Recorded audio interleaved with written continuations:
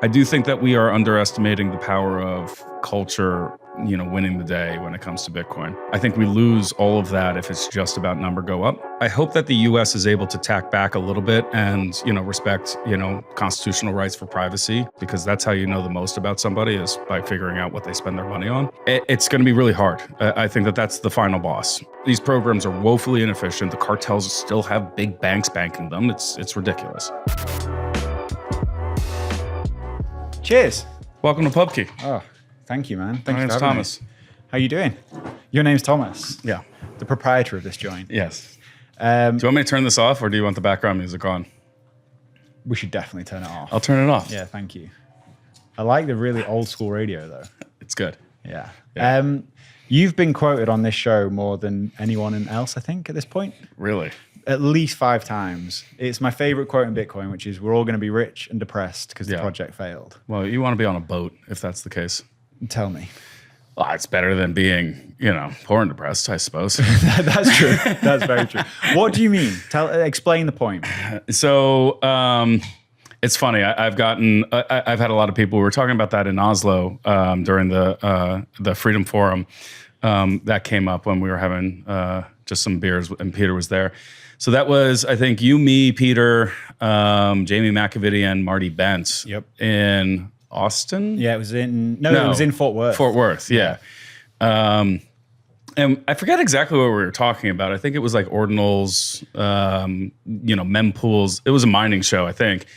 But yeah, I kind of threw like a stink bomb into the conversation and said, do you think that, the price of Bitcoin continues to just rip with like ETFs and things like that? But the underpinnings of the project and the promise and the potential fail. What percentage likelihood do you think that is? I think very high. I agree. Yeah. This is one of my biggest concerns about Bitcoin, is that it's not really being used as freedom money by many people anymore. No, there are edge cases. I think HRF does a really good job of highlighting cases where this does make a lot of sense as like freedom money. And like, I think the underlying principles are definitely still there. But, particularly around some of the like core debate that we're seeing, and then also just diving into the history of, the internet and what happened with IP and removing some privacy preserving features very early on.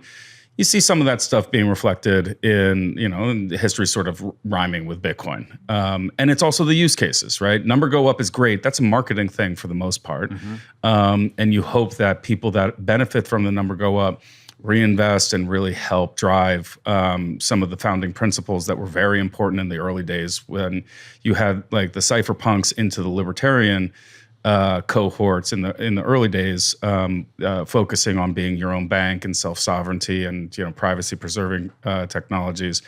We're just not there for it right now. It seems like with a lot of the Bitcoin treasuries, the public Bitcoin mining companies, the ETFs, number go up is definitely, I think, getting too much of the airtime. And it makes sense. Everybody likes making money. Everyone likes being right about it as well with an investment thesis. And Bitcoiners that, have poured a lot of time and energy into this thing for, 5 or 10 years. There's also fatigue that sets in. Like it's one catastrophe after another, whether it's a New York Times article or it's a fork war or something like that. Overturn debate. Yeah, I mean it's rough. It can be exhausting. So I think a lot of those people that were some of the real champions of the self-sovereignty side of things for Bitcoin are either burned out or they've moved on to other things. Each new class comes with pluses and minuses. I don't know. You're kind of like the old man on the porch, like yelling at the kids. Kids don't get it these days. And that's just going to happen with any, new technology. You have different cultures and different communities. I half agree with Shinobi that Bitcoin culture doesn't exist. I think it does exist. It's just very fractured, and it comes from lots of different perspectives. There's not one like homogeneous like Bitcoin culture or community. But the older generations seem to care about these things a lot more than the new generations. And you also have state level attacks. You have regulatory attacks, AML, KYC, the attack on, Samurai, Tornado Cash, which I guess is Bitcoin adjacent. And I'm blanking on the other one. That was a big one. Wasabi? Yeah, there's Wasabi. There was the mixer BTC Fog. Roman, I think, is still sort of in trial limbo. But we'll see how it plays out. Well, he got convicted, I think. Yeah, And I now think so. he's like waiting for appeal. Yes. Yeah. It's funny that you say like every new class comes with its like trade-offs. And it like, so if you go back to, I don't know what you'd kind of call the 2017 class, like, because everyone there was like the ICO crew who then ended up becoming Bitcoiners. Yeah, but that was the start of the real Bitcoin toxic maxi crew as well. True. Like, in response to all the ICO bullshit. yeah, that drove a real hardening of the Bitcoin community in a way as well. They had been in it long enough. They were, paying attention to the block size wars, which ultimately came down to a social vector that won that day, and an economic vector. But that was a strong hardening. And then in 2020, you had the COVID class. Like, I feel that's almost like the digital gold class. yes, I think so. Where that like, so I don't know who the first person to really say this was, but I think VJ Boy Party did a good, like he was kind of a big instrumental part of that sort of narrative with bullish case for Bitcoin. And I was actually having this conversation with him and I feel like I understand why he says that. And I love VJ, so I'm not having a go here. But I feel like that narrative is sometimes misleading and potentially like undersells what Bitcoin truly is. Yeah. It's almost like being like a plane as a flying horse. Yeah. Like it does have the properties of gold and it is better than gold in a lot of ways, but like it's not all it can do. And I feel like that has kind of led to this narrative where Bitcoin's only a store of value.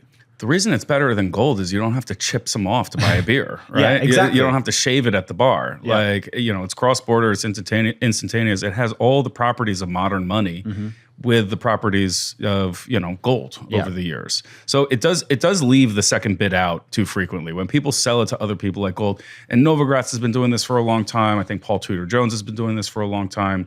We have a lot of gold bugs. I think Trace Mayer started with a gold blog and then discovered Bitcoin and saw that it was superior technology, but they leave out the monetary aspects of gold when they're typically talking about it just as a store of value. Yeah, I totally agree. But then, like, what is the new class? I don't think we really have one. I think the new class is the MicroStrategy class. Oh yeah, it's the sailor stance. Yeah, people that are sort of championing these Bitcoin treasuries, and it does make sense, especially given the geopolitical backdrop, inflation. The macro picture that we're looking at. I understand why these companies are doing these things, but I haven't seen a lot of these companies orange pilling people, right? How many people are running a node or even have a hardware wallet after getting into it through MicroStrategy? It kind of has some like Wall Street bets vibes to it, totally, GameStop and AMC, and this system's wrong, and these players are going to be successful in this system because it's wrong. We'll see how all the treasuries deal with short sellers and things like that, but it'll be an interesting battle. But they're not really diving into the like core tenets of what got Bitcoin to the point where it's interesting for the companies. Yeah. To Sailor's credit, MicroStrategy's credit, they hosted OpReturn, Will Foxley's conference with Blockspace. Okay. So that was a lot of core developers. That was a lot of developers. A lot of arguments about layer 2 and things like that, which was good, but it wasn't that public facing, right? It sort of like was an internal conversation that had some publicity through Blockspace, which I think they did a fantastic job. But I haven't seen the same push from a lot of other interested parties pursuing these Bitcoin treasuries and paper Bitcoin or whatever you want to call it. Yeah, and it's funny because like that has, since I got into Bitcoin, that's definitely changed. And I think almost everyone who buys Bitcoin for the first time will like leave it on exchange for a period of time. Yeah. But like it was when I was getting into Bitcoin, Trace Mayer had his thing on Jan 3rd, I can't remember what it was called, where you like everyone got the keys off an exchange. Yeah. And like he was doing that from a trader's perspective, but still like that message was constantly there. And then the step was literally take Bitcoin from an exchange onto a hardware wallet and then maybe run a node. But like now, are you really going to sell MicroStrategy, have a tax hit, buy Bitcoin, then buy a hardware wallet, put Bitcoin in a hardware wallet? Like the steps have been so much removed that like I don't know if people who are buying MicroStrategy today are really Bitcoiners, and maybe they'll never be Bitcoiners. It looks like the GBTC trade, right, with the premium and the discount. It's a good trade for a lot of folks with the MNAB premium. So I think that makes sense. I also think that a lot of these trades are the product of financial friction, and you can exploit that dislocation for a certain period of time. Trades like this do collapse over a long enough period of time. I don't know if that's 10 years or 10 months, but I think that trade does collapse at a certain point. and you're not left with the Bitcoin. You could almost make the case that there's a linear path for an ETF redemption in kind that could be more beneficial to Bitcoiners, than these plays, continuing to gobble up lots and lots of Bitcoin. We have a Bitcoin ETF in Australia that's in-kind redemption. Really? Yeah. Oh, that's great. I think it was the first one in the world. Have you used it? No, I'm not an ETF guy. Yeah. But if for a tax advantage reason, if I had one, I would use it. So when I was at Fidelity, one of the things that they were very proud of an internal, I guess, like program or product that they offered where you could get physical delivery of gold. So I wanted to look into that to see if it was something that like the Bitcoin incubator could draft off of and like model. It was just a buy and hold wallet in the early days when I was there. But trying to figure out if we could, mirror the product that they had for gold delivery. So I ended up researching that for a while, and it was so insanely complicated. You still needed like a receiver bank, and like you had to pick it up, and armored cars and all of these things. But I mean, you don't need any of that with Bitcoin. Do you think they will do this with Bitcoin? I think it's possible. I think that Lummis has been talking about this. Yeah. There are other folks as well. I think Hester Peirce, she was here a couple of weeks ago. It came up during that talk. We haven't released that yet, but that was with Ross Stevens. Oh, nice. That was a great talk. So that came up as like one of the next big things that they want to discuss. It makes sense. I mean, it's a bearer asset, right? It's a commodity asset. It sits in the ETF. You should be able to take it in kind. It's pretty easy to do. Yeah. You can even have certain mechanisms, right, where it has to go to an exchange first, and then from the exchange you can withdraw it. And that gets a bit cumbersome and clunky. Why would you need that for like KYC reasons? Yeah, I think that's how BlackRock would get comfortable with it, right? They don't want. I don't think that BlackRock would want to be, redeeming people in kind like that. But like, if you had a partner exchange, I could see. It's at Coinbase anyway. It's at Coinbase anyway. Yeah, precisely. So if there was a partner exchange that was facilitating that in the KYC AML, look, the legal risk, regulatory compliance lawyers are never getting out of this unless we're successful in taking down the BSA. And right now, there's not a single politician in the U.S. talking about going after the BSA. There's only a handful going after the Patriot Act. We might be able to get, what is it, Tom Massey, the guy who's like... Yeah, maybe. I it's a bet we could third get him rail. on board. And this also came up with when Hester Peirce was here. It is kind of curious. The two big ones in the U.S. that are the main structure regulations for AML and KYC are the Patriot Act and the Bank Secrecy Act. Fuck them both. Fuck them both. For different reasons, but both of them are awful. There are some politicians, and they're fringe right now. It's not like a widely accepted, use of time in Washington to go after the Patriot Act, but nobody touches the BSA. It's too difficult. It's the same narratives with Bitcoin. It doesn't matter. Like, a bad guy might use it. Yeah. And that's, enough for everybody to just give all their personal information to Coinbase or Ledger and have them get hacked. And, I still get these stupid phone calls every night. Would there be any appetite within the government here to get rid of the Patriot Act? Because it's so glaringly, obviously evil. There's a little bit. The TSA came out of it. Like, I think it's pretty unpopular. And it doesn't fit for the internet age, right? Yeah. It doesn't fit with Bitcoin. It doesn't fit with, AI and everything that's in the pipeline. I hope that the U.S. is able to tack back a little bit and, respect, constitutional rights for privacy, particularly around, anybody's finances, because that's how you know the most about somebody is by figuring out what they spend their money on. Yep. It's going to be really hard. I think that's the final boss, is the BSA. The Patriot Act has some fringe politicians. As far as I can tell, it doesn't really have that much traction. But, I would love to see like Bitcoin Policy Institute or some of the other folks in DC that are writing about this zero in on that issue, because it leads to direct harm, right? Yeah. Like, when you have your personal information tied, especially to Bitcoin or to, other cryptocurrencies or whatever, they're putting more people in harm's way than they're preventing. Yeah. These programs are woefully inefficient. The cartels still have big banks banking them. It's ridiculous. Bitcoin is absolutely ripping, and in every bull market, there's always a new wave of investors, and with it, a flood of new companies, new products, and new promises. But if you've been around long enough, you've seen how this story ends for a lot of them. Some cut corners, take risks with your money, or just disappear. That's why when it comes to buying Bitcoin, the only exchange I recommend is River. They deeply care about doing things right for their clients and are built to last with security and transparency at their core. With River, you have peace of mind knowing all their Bitcoin is held in multi-sig cold storage, and it's the only Bitcoin-only exchange in the US with proof of reserves. There really is no better place to buy Bitcoin, so to open an account today, head over to river.com/WBD and earn up to $100 in Bitcoin when you buy. That's river.com/WBD. What if you could lower your tax bill and stack Bitcoin at the same time? Well, by mining Bitcoin with Blockware, you can. New tax guidelines from the Big Beautiful Bill allow American miners to write off 100% of the cost of their mining hardware in a single tax year. That's right, 100% write-off. If you have 100k in capital gains or income, you can purchase 100k of miners and offset it entirely. Blockware's mining as a service enables you to start mining Bitcoin right now without lifting a finger. Blockware handles everything from securing the miners to sourcing low-cost power to configuring the mining pool. They do it all. You get to stack Bitcoin at a discount every single day while also saving big come tax season. Get started today by going to mining.blockwaresolutions.com/WBD, and for every hosted miner purchased, you get 1 week of free hosting and electricity. Of course, none of this is tax advice. Speak with Blockware to learn more at mining.blockwaresolutions.com/WBD.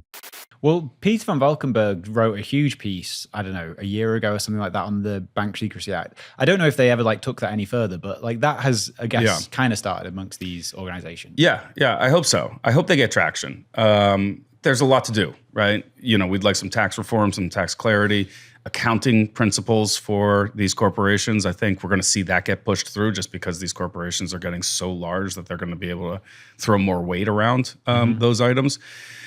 The problem with the BSA and the Patriot Act is, large-scale financial institutions really like this stuff because they can spend on compliance departments. They can collect all this information. That information is valuable, and it prevents challengers, right? Yeah. They get this regulatory moat. So there are lots of reasons why they secretly love this stuff.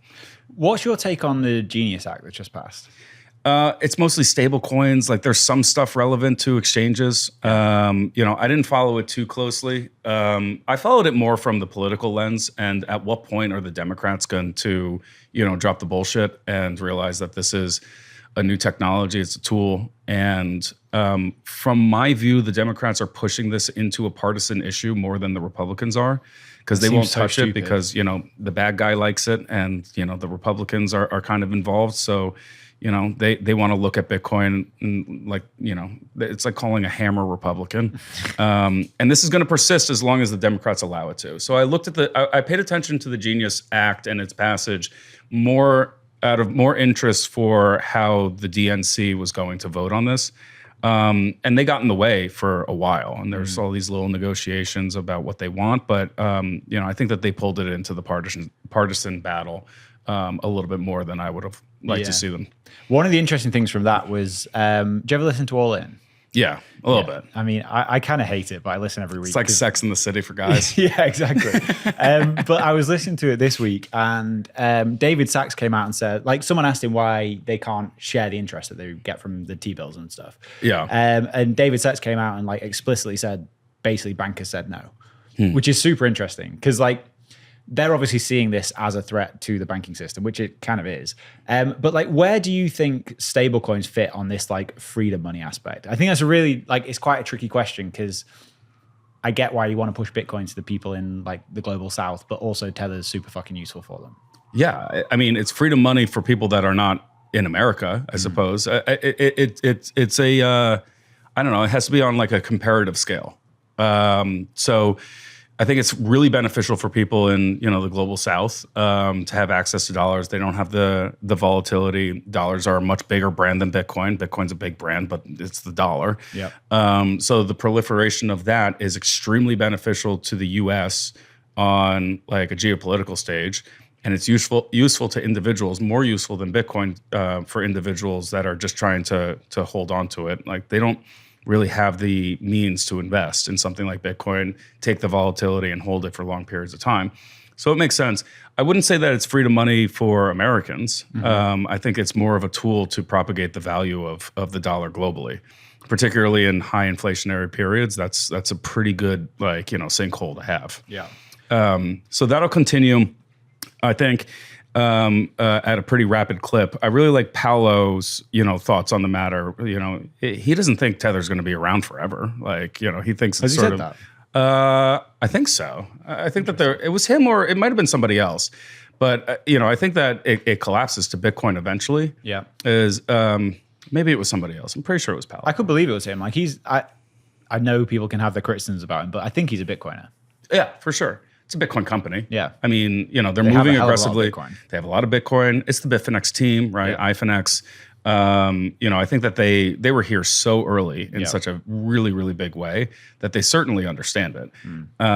For sure. But the utility, it's the most profitable company in human history on a per employee basis. So things are working, and I think that you do that trade until it collapses. Do you think they totally stumbled into that as a business model? No, I think they're really smart guys. I think that it got much bigger than they were expecting, a lot faster. But I think that they understood the utility. When did Tether start? Was it like 2016, 2017? It was Because the might have been narrative I 15. heard It was 15 or 16. when I first think. got into Bitcoin, the narrative of that was always like inter-exchange settlement because it's when Bitcoin fees were crazy high, and people were like moving Bitcoin to shitcoins to move it to another exchange to put it back in, like whatever. I think what it had to do with was a lot of the jurisdictional arbitrage. So if Bitcoin exchanges were showing massively dislocated rates, you had. I don't think it was Sam and the kimchi premium, but I think it was attacking stuff like that. Yeah, right. Because I do also remember, I think it was like some Korean exchange had a crazy Bitcoin exchange rate at the time. Yeah, that makes always sense. way more expensive. And the problem with that, you couldn't exploit that arbitrage efficiently using traditional banking rails. Because you have to wait for a wire. Yeah. That's why there was that massive dislocation. It actually had to do with the correspondent banking network. But now it's to the point where I forget the number. Jack said it when we were at BPI last time, but the number of people that are onboarding is wild. Who, Tether? Tether. I'm not surprised. I'm pretty sure he said it was like, I might have this wrong. I'll check before I put the show out, but like 250,000 people a week or something ridiculous like that. That's insane. It's insane. Yeah, we got to check that math. I don't know. It might be more humans. I'm pretty sure that was right. More but customers I will than check. humans on the planet. Otherwise, this is all getting cut out. I want to go back to like the very start of this conversation. You said you were in Oslo while we were all in Vegas. Like, I think those two conferences couldn't be more different. Yeah.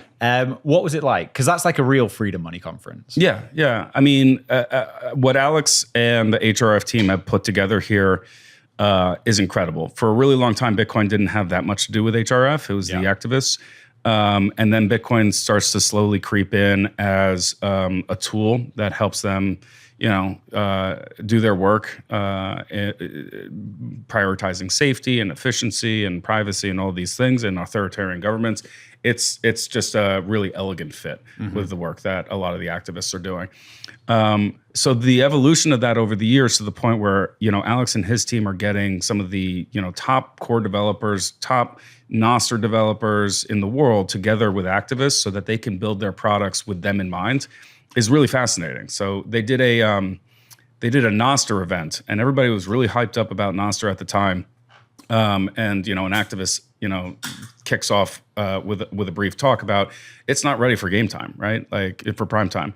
There are security holes in Nostr that need to be addressed if we're going to tell somebody that this tool can be trusted in a very high stakes situation. Are these things like privacy and stuff like that? Yeah, privacy, account access, losing your private key. Nostr's super cool, but it's way too early. It's too clunky, particularly when the stakes are as high as they are for a lot of these activists.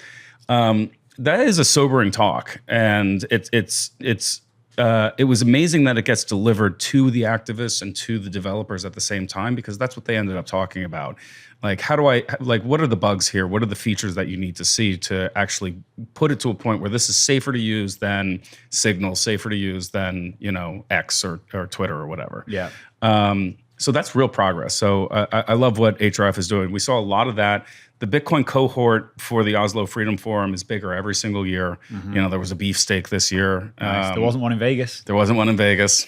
First time ever. Damn. I know, I'm sorry. It was a really good one too. Was it? Yeah, he got a whole cow. Oh shit. Yeah, it was awesome. Did you finish it?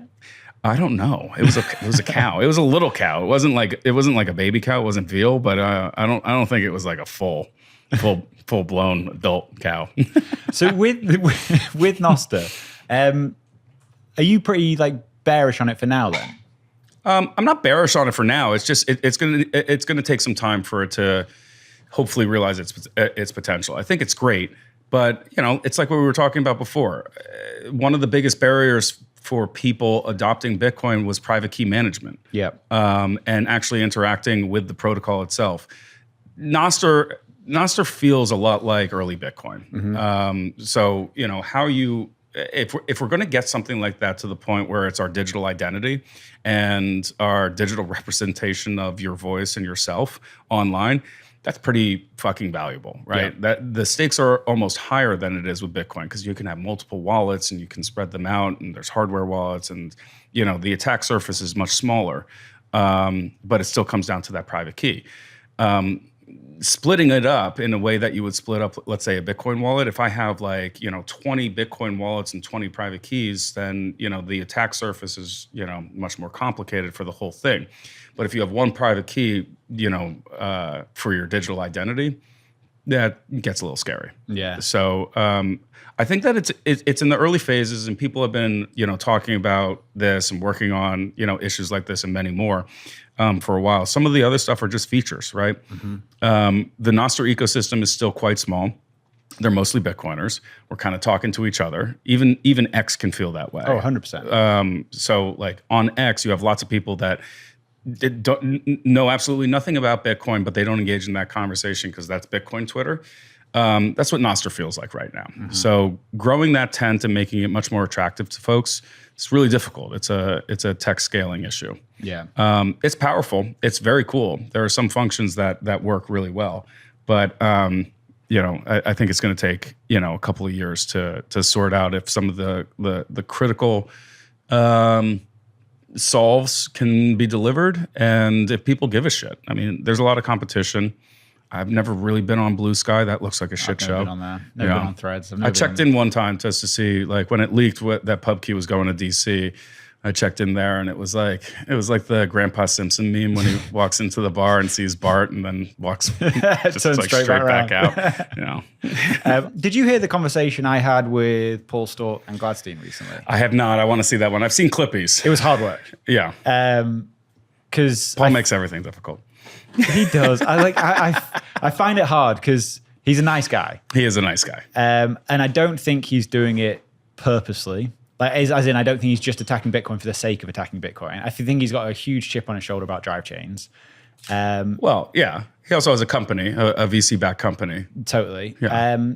So I think there's a number of reasons he does it. But like one of the things that Alex was bringing up a lot was like eCash. Yeah. I've used eCash a bit, not loads. I really like it. And I basically would never get bet against anything Callie's doing because he's a fucking badass. I agree. But like, how do you think that kind of fits into the like freedom money aspect of Bitcoin? I think the functionality is insane. Yeah. Like, you know, Kashu, Fedimints, eCash. I'll be honest, this is a world that I haven't dabbled with that much. Maybe the same or a little bit less than you have. I've played with it a bunch. I believe that there's been some test transactions here at Pubkey cool. using it as well. I will use it tonight if we get some beers. Yeah, absolutely. That sounds great. I'd love to see that because I haven't had enough like hands-on experience with it. I think it's fantastic. I think Paul's dead wrong about this. You know, Cash has been around for 2 years. 2 years. 2.5 years maybe, but even still, like, it was literally coded by Callie over a weekend. Like, this isn't like a huge VC-backed company. He's kind of done this on his own, and it's got to an insane point very quickly. I think he has a cheat developers now. I'm sure he does now. I think the team is pretty robust. Yeah, I'm sure that's true now, but I know when he started, it was literally him. I remember you're wearing your cheat code thing. He wasn't here this year at cheat code, but he was the year before. And I remember on the second day, which is meant to be like the day we just go and have fun at the football and drink beers, Callie was sat inside in the clubhouse on his laptop, like tapping away. It's like, you don't bet against him. I remember that. That's back when he was still wearing the full like face covering. He's still doing that though, right? Sometimes. I think at big conferences. Some conferences he'll let it all let it all hang out. No, fair enough. It's easier to raise money if they can see your face. Yeah, that's true. No, he's not. I was going to say, I'm kidding. Sorry, Callie. But like, I really like Cashew. I like what he's doing, but I kind of find it a hard. And I think he would also be the first to admit this. It's kind of a hard thing to square away in the sense that it's like it is custodial. Yeah, like it might be really private, really good. It works, but it is like a custodial trade-off. And like, are we sacrificing something to have like a freedom money future with this? Yeah, I think so. The Is that trade-offs worthwhile? are Is that trade-off worthwhile? potentially. I mean, some of the privacy solutions, right? There were varying degrees of custodial aspects to Wasabi and Samurai as well. Wasabi would take fees out of out of your wallet to pay for the mixing services and things like that. That's a sliding scale of custody. It's like a partially custodial solution in a way. Yeah, because like you were still self-custody on Wasabi. Like you just, when you sent it to Mix, they would take They just take some. Yeah. But like they weren't taking it out of your wallet. It was when you sent a transaction to Mix the Bitcoin. Yeah. It's not like they had the ability to step in and early on though, some of the mix, because I think there was volatility in the mixing fees depending on how much usage there was. So it could drain wallets in the early days, and they fixed a lot of that stuff. It's a good product. This is no shade at Wasabi, but I think that the trade-offs are pretty clear, and you still have to go through in most cases. Most of the Bitcoin is bought through KYC, AML, compliant exchanges. The tracking software is good enough. You have to be pretty skilled, right? You're talking about like a Mr. Hodl or somebody like that has the confidence and capability to obfuscate sort of that chain of funds. Yeah, because it's not just doing the mixing; it's what happens after. Yeah. Exactly. And then if they're all tainted coins and they just decide that all these coins that came out of this mixer are now like tainted and commingled with, XYZ bad guy that they don't North like Korea for coin. the day. Yeah, exactly. So the attack vectors are things that we poured over for years. I think that they're still there. I think that there's a lot less people that view that fight as something worth fighting for. And I think a big offset of that are it's what we were talking about before. I think that there's fatigue, and I think the number go up is like when people get tired and the numbers going up, how incentivized are you to keep fighting for like the ideals? And there's great people, Eric Carson, like lots of folks that are still talking about these things. I do a little bit. But the reality is that, life is hard enough. And I think a lot of people are going to opt out and, sort of simp for sailor. Yeah, I think that's true. And like we were talking before we did this show about the orange pilling problem. Yeah. Why do you think that exists? Because I feel like it's a new thing. Yeah. So let me just give some context. So like if we did this show and this was all about like Bitcoin treasury companies, it would do really fucking well. Yeah. And then because we're not talking about that and we're talking about like privacy and freedom money, it won't do so well. But I'll come on later and we can talk about Bitcoin treasury companies another day. but these are the reasons that I got into Bitcoin was like, obviously it's really nice to get rich from something. But like I genuinely care about like the freedom money aspects of Bitcoin. Why do you think we're struggling to make more people care about that?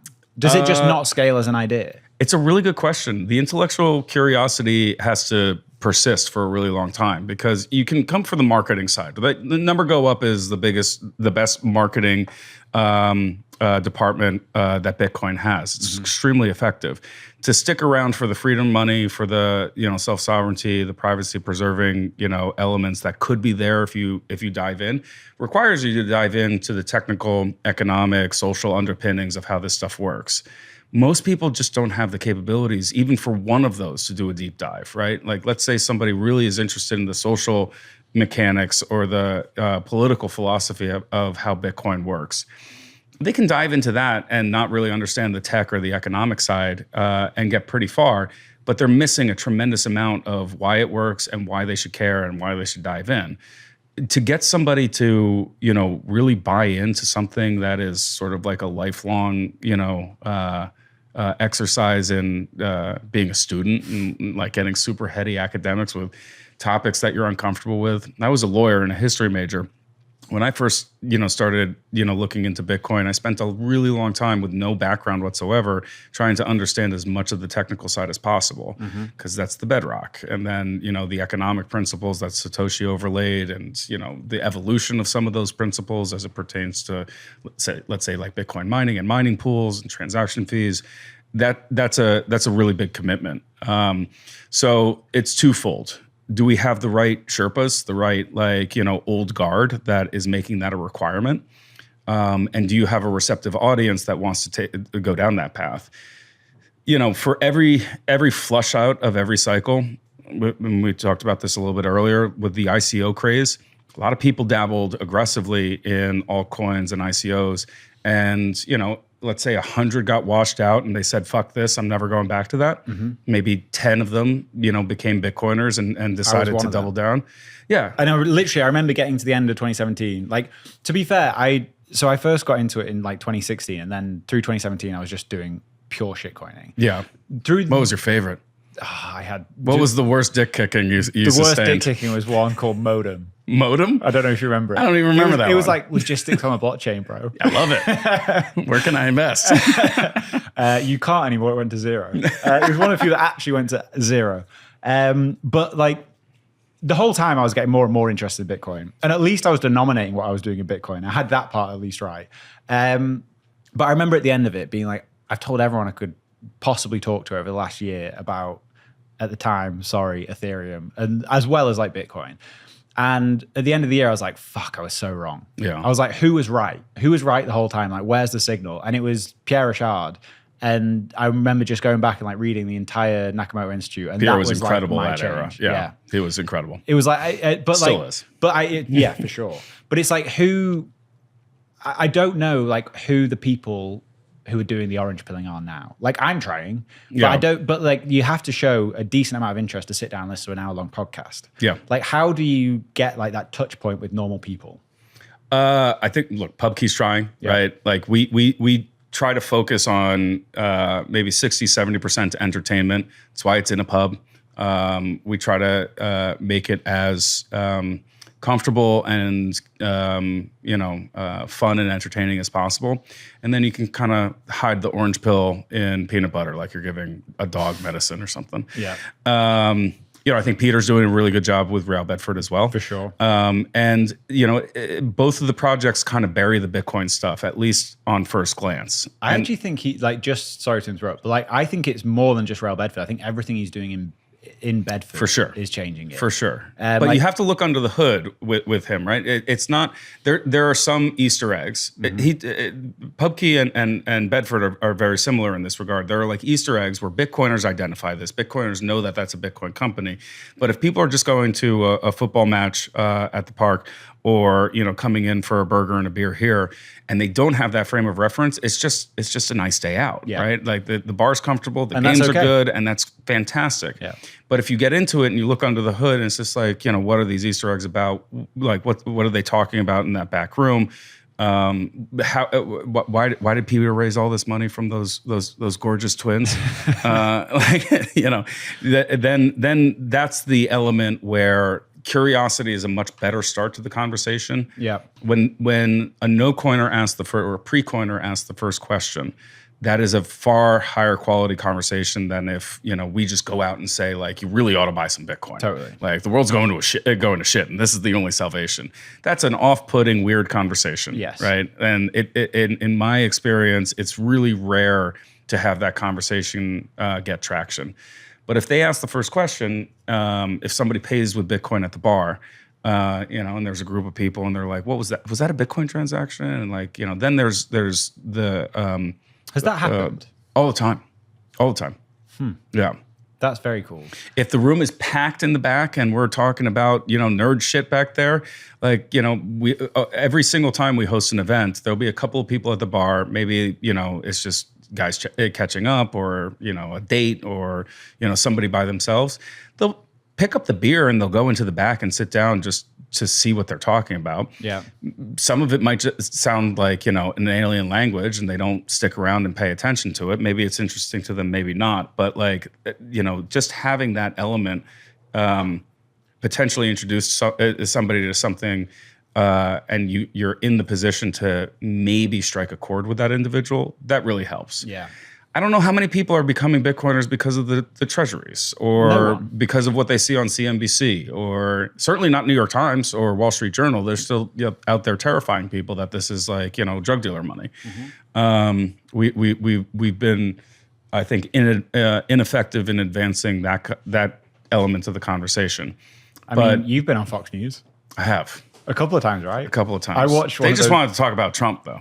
Yeah, of course. Well, maybe Trump is A the little guy. bit of Bitcoin, actually. That's not true. A couple of the hits, they were interested, but one guy knew what he was talking about and was really curious. Yeah. The other guy was a little bit older and like That was he my favorite like, one. yeah. He was the old English guy, right? Yeah. And he was like, "You can't pay with Bitcoin, can Who's you?" incredible. Yeah. And I fucked up the math. I think I Oh, think did you? he's like, how much is like a burger and a beer? And I just was like, I don't know, like 10,000 sats.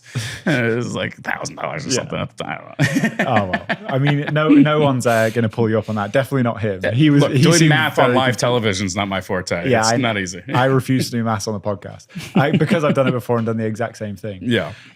One of the things that keeps me up at night is the idea of a critical error with my Bitcoin cold storage. This is where AnchorWatch comes in. With AnchorWatch, your Bitcoin is insured with your own A+ rated Lloyd's of London insurance policy, and all Bitcoin is held in their time-locked multi-sig vaults. So you have the peace of mind knowing your Bitcoin is fully insured while not giving up custody.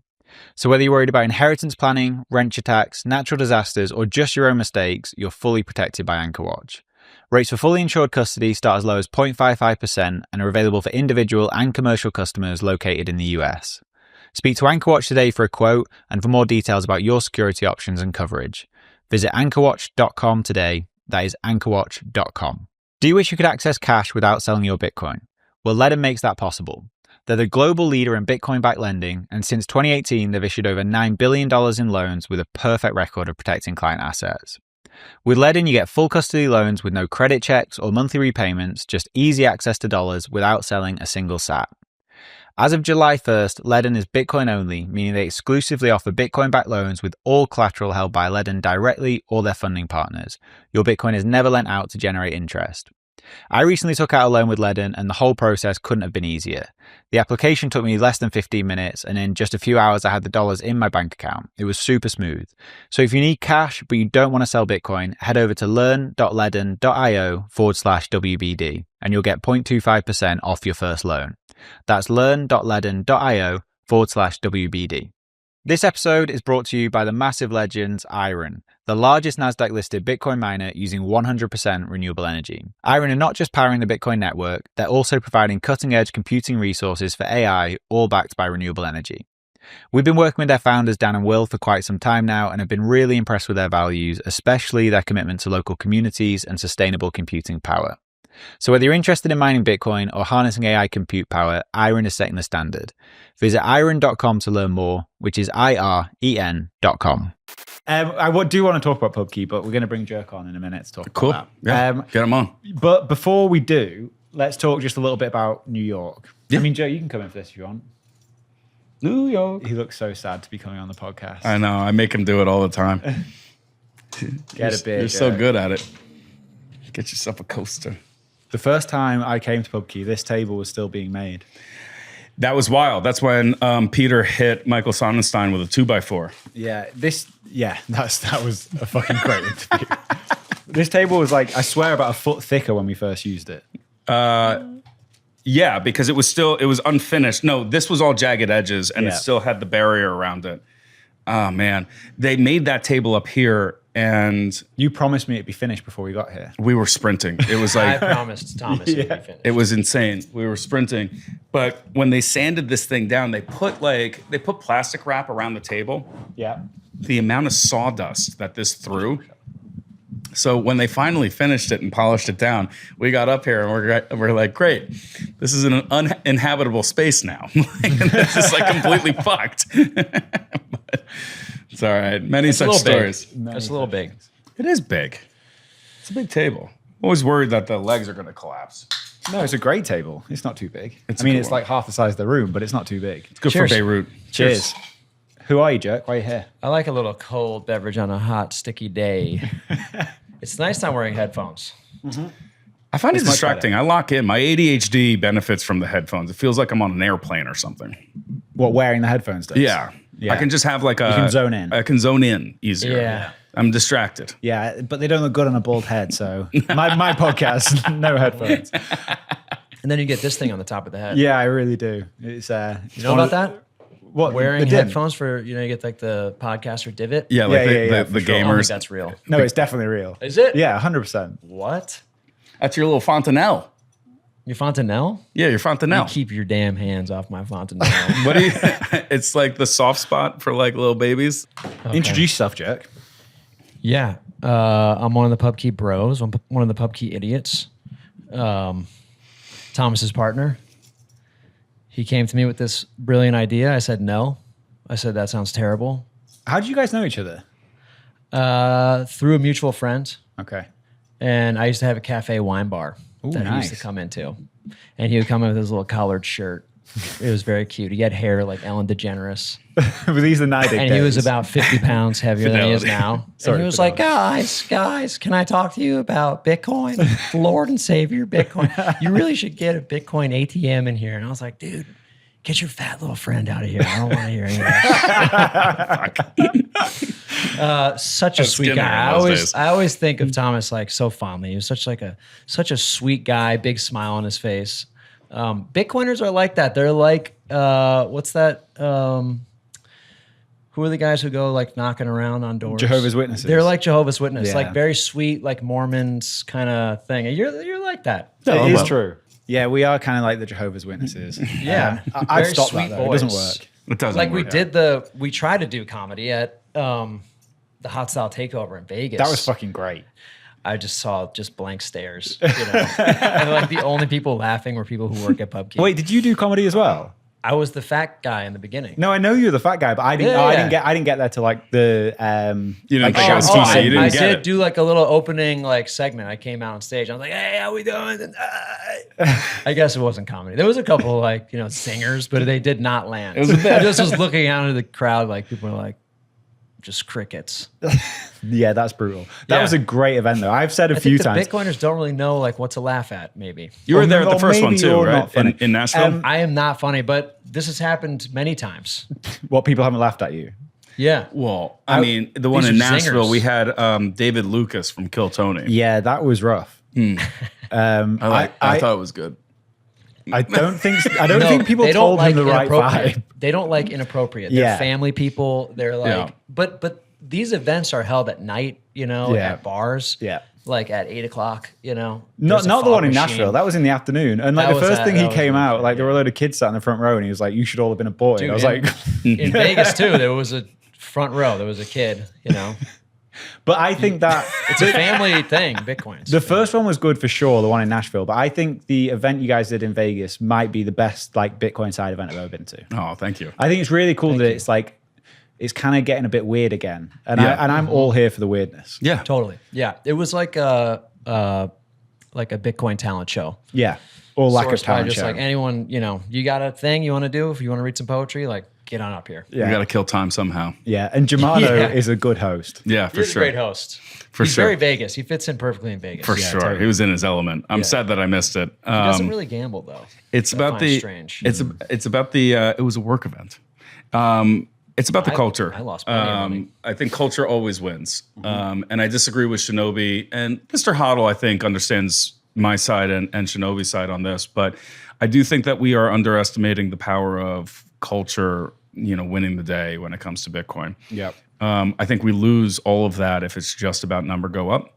But highlighting, there are little things. I think if you look at Bitcoin as an industry and you did something like a fertility rate within Bitcoin, I think that Bitcoiners probably stack up against lawyers and like bankers. Like, there's more and more kids at every single conference I go to. Just there's a value set, and that changes internationally. But like within the U.S. Bitcoin community or whatever you want to call it, there is a certain value set there, and that changes when you go to Europe or Asia or South America, Africa.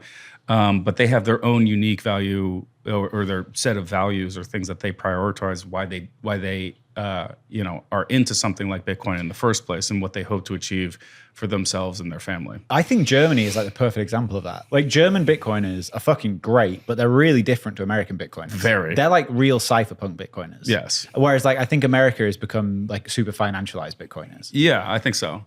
But They're it's not even the same different everywhere. It's They're not the same everywhere. There are threads that are the same. We're Like all the really Germans weird. still want to like homestead. There's These are definitely still like, like homesteaders and want to like have a farm. I mean, probably. There's Or is definitely that like an American underlying Bitcoiner? shared autism between all Bitcoiners. Yeah, for sure. But even within the U.S., like, you know, the New York scene is very different from the Houston scene. Yep. Right. Like, you know, you get to like oil and gas and like the energy touch points with mining.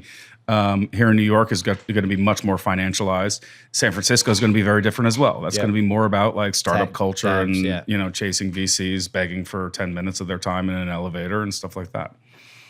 For sure. Let's talk New York. Yeah. What's going on? You guys have got an election going on at the moment, right? Oh, yeah. Yeah. So who is this? What is this for? Mayor of New York.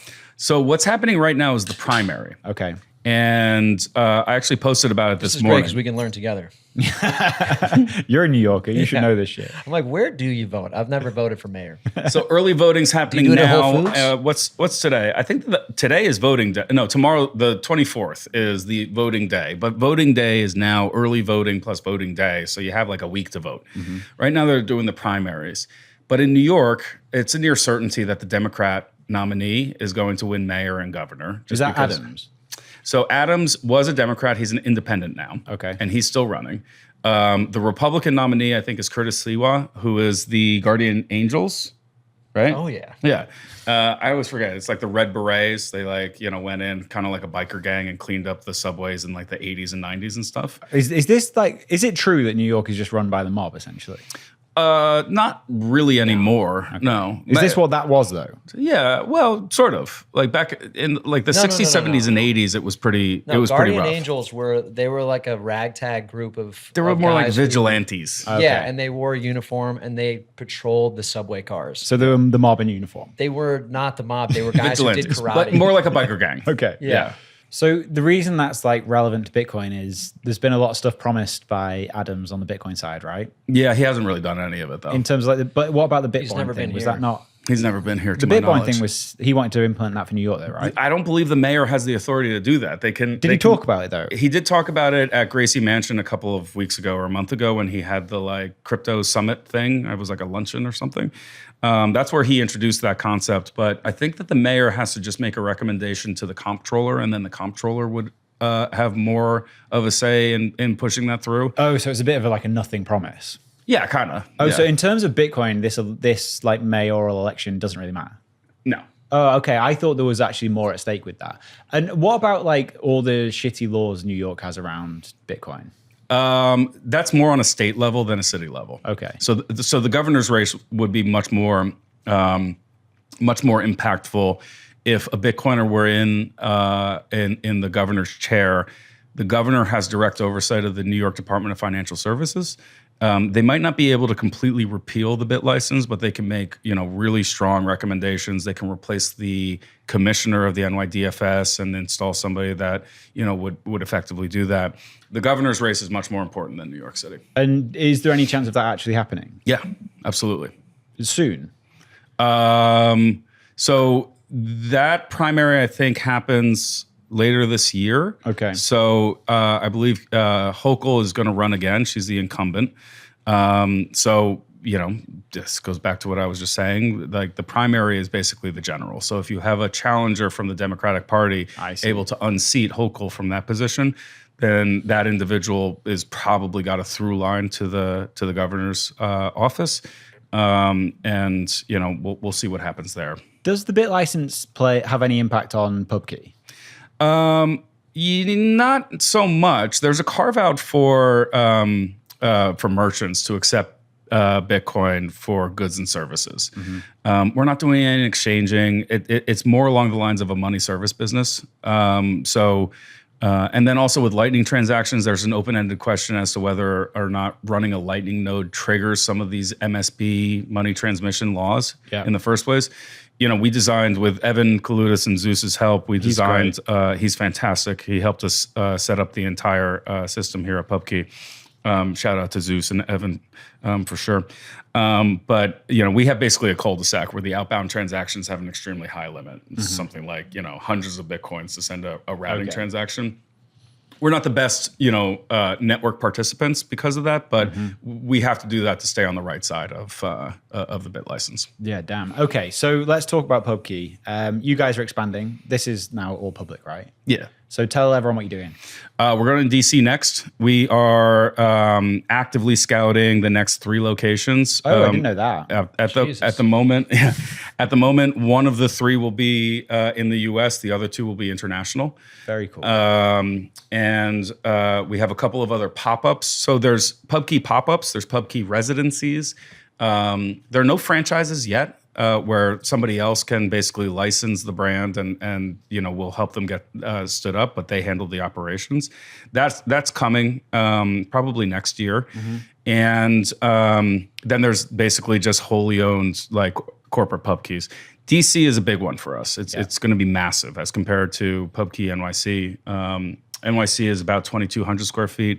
DC is 12,000. It's going to have a proper across 2 floors. It's 2 floors. It's going to have a proper restaurant, 2 bars, event space. It's going to have 2 bars. 2 bars. It has 3 bars. It has 3 bars. Damn, There's that's a very little cool. hidden bar. And members only. And like, what's the plan with DC then? What's the restaurant going to be? Aren't you tired? I'm exhausted.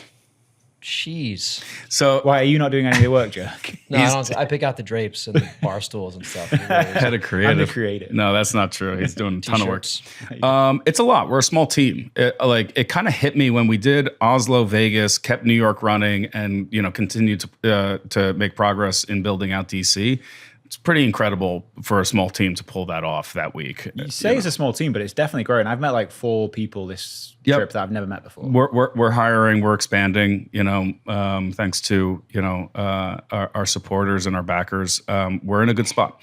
So DC, the target in DC are really staffers, interns, lobbyists, policymakers, the Bitcoin community, DC residents. We want to do the same thing on a bigger scale in DC that we accomplished here.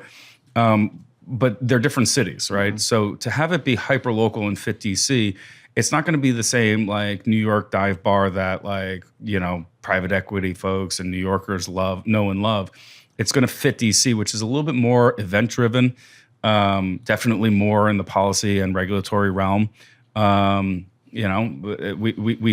We hope that we're going to be able to facilitate curated conversations around Bitcoin, because those staffers and interns and lobbyists are the ones that are writing this stuff for the policymakers.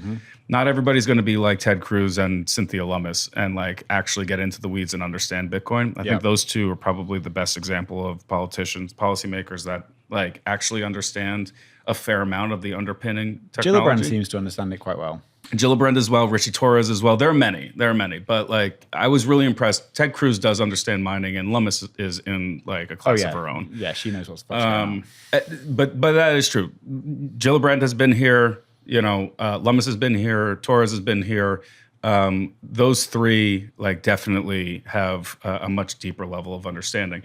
I think it's unrealistic to get like Pelosi and Schumer to that level, or Mitch McConnell, who's no longer there, but like whatever. It's the staffers and the interns that get the project. It's like, hey, young kid, come over here. I need you to write something about Bitcoin. I want it to be positive or negative. Well, where do they go? Right? They go to some of the policy institutes. They do their online research, and they see the FT and the Wall Street Journal and the New York Times. They go on Twitter, and it's a fucking shit show. Like, we want to be able to facilitate a place where we're hosting events. We're helping curate the conversation with, the Bitcoin Policy Institute and Coin Center and other. Because you're going to co-locate with Bitcoin Policy Institute. Bitcoin Policy Institute's headquarters is going to be in Pubkey. We're not announcing that until tomorrow, but I think this won't be out before tomorrow. There we go. That's very cool. Yeah. And like, so obviously they're the reasons why DC. I always thought it was going to be Philly next. You always talked about Philly. Well, it was for a while. It was for a while. Like the capabilities that we had. And the people who live there are just the fucking worst. Shout out to all the Philly listeners. There's a really good crew in Philly, the Bitcoin John and Matt Keita and Andrew Hans. Has Matt Keita got his drink here yet with Joe Squaw? No, not yet. That's coming. Is it happening? Yeah, I think that they're in touch. I saw him reply to one of his tweets, but I didn't know if it was actually happening. Yeah. No, I believe it's in motion. God, he's been working on that for almost a year at this point. So, it was Philly for a little bit. in terms of our organic growth, just what we were accomplishing here, and I would say the financial realities of Philadelphia, that was a better fit for us. We had supporters come in and say the conversations in DC, Bitcoin is becoming a really impactful topic, and we saw that this happened before the elections, but with the elections at the presidential level, senator in Ohio, Bernie Moreno unseats Sherrod Brown, who was one of the longest. I'd say lieutenants of Elizabeth Warren and her war against Bitcoin. Yep. The impact is real. So both sides are paying attention, and there's a lot of, I would say, dark money from broader crypto and Ripple swirling around, and it's getting really confusing.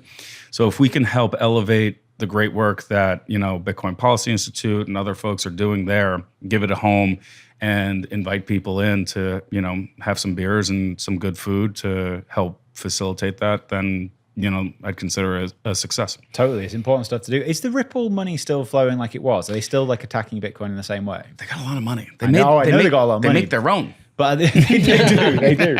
That is a little cheat code. But it's a great one. But are they still attacking Bitcoin?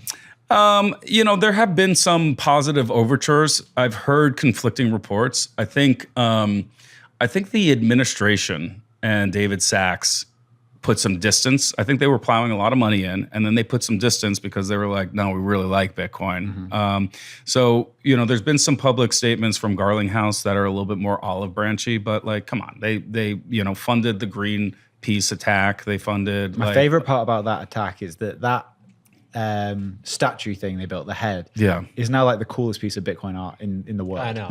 We're the most annoying kids on the playground. We're impossible to make fun of. Yeah. We will just because they do this thing. We're like, that's fucking cool. We're like, we love it. Yeah. We are. Yeah, that's who we are. Do more. It's so good. So any alpha on where the next one's going to be, or can you not say yet? Not yet. Where are you looking? Population dense cities across the U.S. and internationally. So close. With Bitcoin communities. Well, when you do the franchise, I'll open one in Australia. I would love that. It's very far. It is very far, but it doesn't matter if it's a franchise. It'd be awesome. I think it would work. Look, there's Bitcoiners everywhere, and the idea is to be hyper local and focus on what that community and what that city needs and how they approach Bitcoin, right? The same tactic of sort of burying it and making a good place. It's what makes Pubkey really hard, but it also what I think is working. Hospitality is a soul-crushing business. Yeah, as soon as I said I opened a difficult. franchise, I was like, I don't want to work in hospitality. It's very difficult to get it right. But if you get it right, then people treat it like another home, and they're comfortable, and they come back and they become regulars. Whether it's for the food or the drinks or the vibe and atmosphere, doesn't matter. You're able to do a lot with that in terms of where you want to steer the conversation. Jerk, are you going to be able to keep the DC branch weird? Well, do you like the smell of smoked salami? Because that's a tricky question to answer. I don't know if I do. Well, the answer is yes, you do. Okay. Because that's what Pubkey DC smells like. And we're going to keep it, and it's going to be part of the brand. How are you going to keep the smell of smoked salami? It was a barbecue restaurant for 17 years. Okay, nice. So we don't have a choice. So salami t-shirts. It's in the walls. No, it does not. It smells like brisket. That'll dissipate. Yeah. Or not. With time, it'll, we burn a little sage in there. It's going to go a long way. Yeah, we're going to exercise some demons. So are you going to get smoked salami t-shirts? Yeah, I think so. I think we just have to embrace it. Yeah, I think you should. I'm excited. I'm excited to see it. Are we going to go see it tomorrow? Yeah, we can do a little private tour for you. Anything.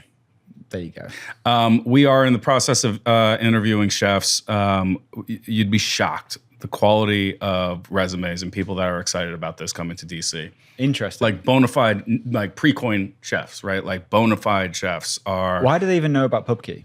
They saw it in the news. They saw our reputation online. These Fox News appearances are working. Yeah, I mean, we have good reviews. People rave about the burger and the atmosphere. Some of them come and check it out, and they're like, "I don't know exactly what's going on here, but it's fucking cool." Mm-hmm. And it's special to see that like other people are picking up on it and appreciating, the soul-crushingly hard work that it's been. Are you going to open in London? Huh? Are you going to open in London? I would love to. As so many pubs like historic pubs Do you know are how many closing. pubs are closing in the UK? It's like 2 a week. It's wild. Why Yeah. is that? I really don't It's a bunch know. of things. It's the rent. It's drinking habits. You know, they're They have losing. that problem too. Yeah, young people don't Drinking drink. habits? Yeah. I thought that was just us. No, we I need thought that to, was just NYU. We need to fix the youth. Like Yeah. they just don't drink the same way. yeah. And I don't know if that's One good war. Yeah, one war. Well, we might be on the brink Yeah. of it. No, the UK.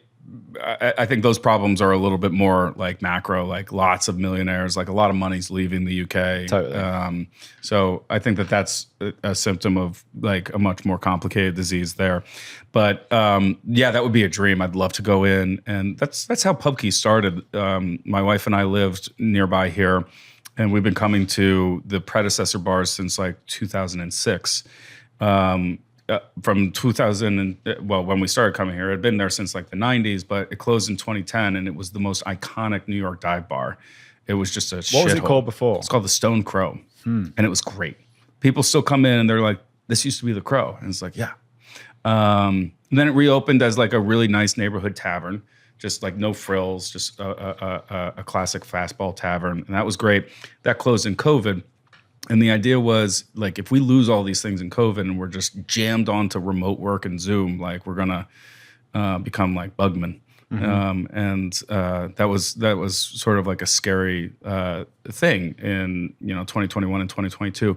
So if Pubkey can play a role where we're rehabilitating the way things were and tapping into nostalgia and the importance of this place, and then recultivating how these places were used for real discourse and disagreement and fomenting of revolutions, that would be awesome. So an English pub is very, very top of mind. Nice. I think it's really cool what you guys have done for the Bitcoin space in New York as well. Like it feels like you're definitely the hub in New York, but it feels like that's also bringing people in. And like during COVID or just after COVID, like everyone seemed to be moving to like Austin and Nashville. Yeah. And now when I go to those places, Miami. everyone's in Miami. Everyone's like, how's New York? And if you say you've had a really good time there, like the city's good, they're like, fuck. Yeah. Like I have this conversation with Harry all the time. Whenever I tell him I really like New York, he's like, Sold the bottom. this is I totally sold the bottom. I'm sorry, Harry. It is getting better. Like, New York is not completely back. It's not completely saved. But, New York has an ability to move way faster and change itself than, just about any other city on the planet.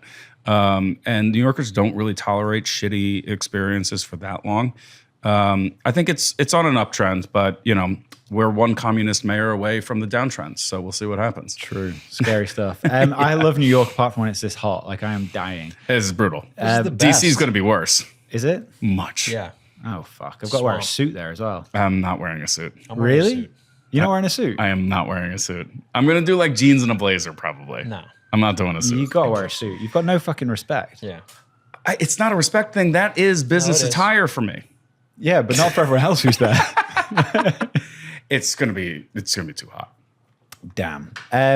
What else is going on, Pubkey? Anything we've not talked about that you wanna shill? God, we got a lot of stuff coming up. DC is a couple months out. We continue the Bitcoin programming here. We have Leopoldo Lopez here on Friday. This will That's come very out cool. probably after that. Yeah, it will. But we'll post those, and we're very grateful and fortunate to get these awesome guests from HRF. Yeah, we got a lot of really great things coming up. Stuff's going on. Summer is always a little bit slow, right? Like people get out of the city because of the oppressive heat and humidity. So it comes at a good time. July and August is a bit of a reset that we can focus on and then hit the ground running again when it starts to cool off in September. Very cool. I'll be at Honey Badger probably. Oh, me too. Excellent. I've never been. It's probably my favorite conference. Interesting. Aside from cheat code. I've never been to Eastern Europe at all, so I'm quite looking forward to that. Riga is a very special place. It's a really awesome city. It's like a medieval Baltic city.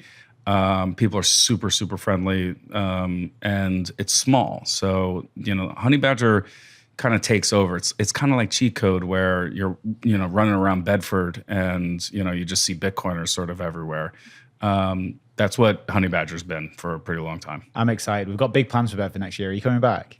Yeah, of course. We didn't do the Pubkey pop-up this year. We got to do it again. Well, I don't know if we're ready to announce anything yet, but we'll be there. Ooh, I don't even know. Should I know this? You've been speaking to Peter. I'm excited. Are you going to come this time, Jerk? You didn't come the first year, I did am, you? yeah. Did you come the first year? No. No. G code? Yeah. Yeah, I will be there. Yeah, good. It was fun. Apart from like you got kicked out of your own pop-up. Oh? No, they didn't let us back in the next night. Yeah, so the first year we hosted a pop-up at like a local pub. And then they were happy. We tipped well. We packed the place out. It will have been their busiest night of the year, probably. They got kind is of run Bedford? over. This was in Bedford. They got kind of run over that night, Got in and a then fight we went. in Oslo. We went back. He's like another man on these European. Who did you get in a fight with, Thomas? We got in a What are you fight with talking at the bar. We got in a fight. No, right. No, don't. That was PK. I don't want you to tell the story. I want Jerk to tell the We story. did get in a It'll be fight. way more entertaining if We got in a Jerk tells fight. the We story. threw the glass at the cab, and then there was a whole hubbub. This was his friend from kindergarten. Tell me the I story. actually- Tell me the there story. was was a nothing to fight. do with this. There was a fight at the pub that we went to every single night. You threw a And glass at a I car? did- No. There was someone did. So there was a fight between two guys.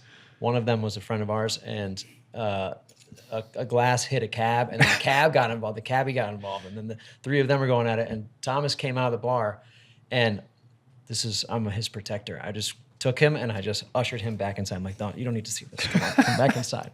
He's like, what's going on? I was like, Thomas, back in. Come on, you don't need to see this. Come on, I want to show you something. Yeah. The only thing I miss about the Miami conference is the Pubkey pop-up at Mac Club Deuces.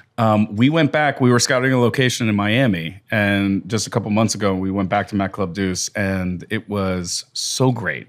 Just walking It's one in, of my favorite bars in the world. Just walking in, it is so great. Yeah. It's one of the best bars in the world. It's horrible but amazing. It's perfect Yeah. in every way. It is gross and terrible, and you can smoke That inside, bathroom and it is the is fucking rootin' happiest place on earth. Is that one of the ones you're scouting? Mac Club Deuce, God, we'll need a lot of Bitcoin to take that one over. That's an icon. Does that pub do well though? That bar do well? Yeah, so. they crush. Oh, okay. They crush. There must be a lot of theft. It's probably one of the all most. cash. It's probably the most Yeah. famous bar. It probably ranks in America as one of the most famous dive bars. Oh really? It was like definitely Anthony in Miami. Bourdain went there, didn't he? Yeah, he did. Yeah, He did. that would be a cool one though. That is a Pubkey bar. I mean, I completely agree. That land is very expensive. Yeah, Yeah. One day. A lot of the One ideas day. downstairs are stolen from the Deuce. A lot Yeah. of what? Not a lot, but the It's our neons, sister bar. Okay. The neons are proudly stolen from the Deuce. Yeah, but Pubkey's so much nicer. It's so much nicer. Yeah, Yeah. but just like little motifs. That was a lot- requirement of my wife. We Yeah. could have a dive bar, but the bathrooms have to be clean. It's just like, but that's not a dive bar. There's no Bathrooms smoking are inside. I went to a good one in Chicago with Dylan and his girlfriend. I'm from Chicago. What's the like really famous one? It's a The kind. Green Door. Don't think that was it. You could smoke inside there. The Wiener Circle. Nope. Is that the milkshake one? Give me one more. Is it called Yeah. Richards? Huh? Is it called- Richards? Yeah. I don't know. I could be getting it wrong, but it was that's another one that should be on your So list. Dylan, Jack, and Jerk are from the same like town. Oh, in so you know those Chicago. guys? You're like friends with those guys? No, I don't. We just figured it out. Fair enough. Yeah. And I tried my best. I was like, dudes, high school. And they don't care. Wait, did you go to the same high We school? did go to the same high school. Yeah. Yeah. I'm a bit older, but yeah. Yeah, you look older. Yeah. More tired. Yeah. Well, this has been fun. Thank you. Thank you guys. No, Should we go thank and you. drink You're loads always of beer welcome. and have a smash burger? Yeah, whatever you like. Let's do it. Awesome. All Thanks. right. Thanks, guys.